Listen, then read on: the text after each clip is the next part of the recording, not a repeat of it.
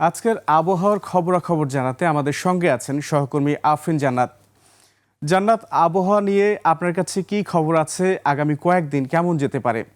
ধন্যবাদ সুমন আপনাকে। এই মুহূর্তে জানিয়ে দেব আবহাওয়ার সর্বশেষ অবস্থা সম্পর্কে। আজ 15ই জুন 2025।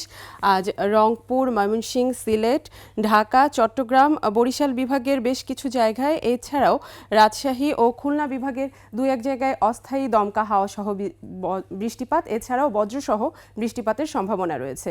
আজ সারাদিনের তাপমাত্রা সামান্য হ্রাস পেতে পারে এবং রাতের তাপমাত্রা প্রায় অপরিবর্তিত থাকতে পারে।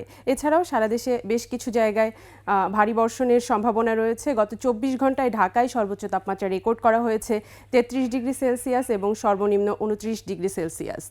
আজ রংপুরে তাপমাত্রা দেখতে পাচ্ছি আমরা 27 ডিগ্রি সেলসিয়াস, ময়মনসিংহে 27 ডিগ্রি সেলসিয়াস, সিলেটে 27 ডিগ্রি সেলসিয়াস, ঢাকায় 30 ডিগ্রি সেলসিয়াস, চট্টগ্রামে 30 ডিগ্রি সেলসিয়াস, খুলনায় 29 ডিগ্রি সেলসিয়াস এবং রাজশাহীতে 32 ডিগ্রি সেলসিয়াস। আজ সূর্যোদয় হয়েছে ভোর 5:11 এবং সূর্যাস্ত হবে সন্ধ্যা 6:47।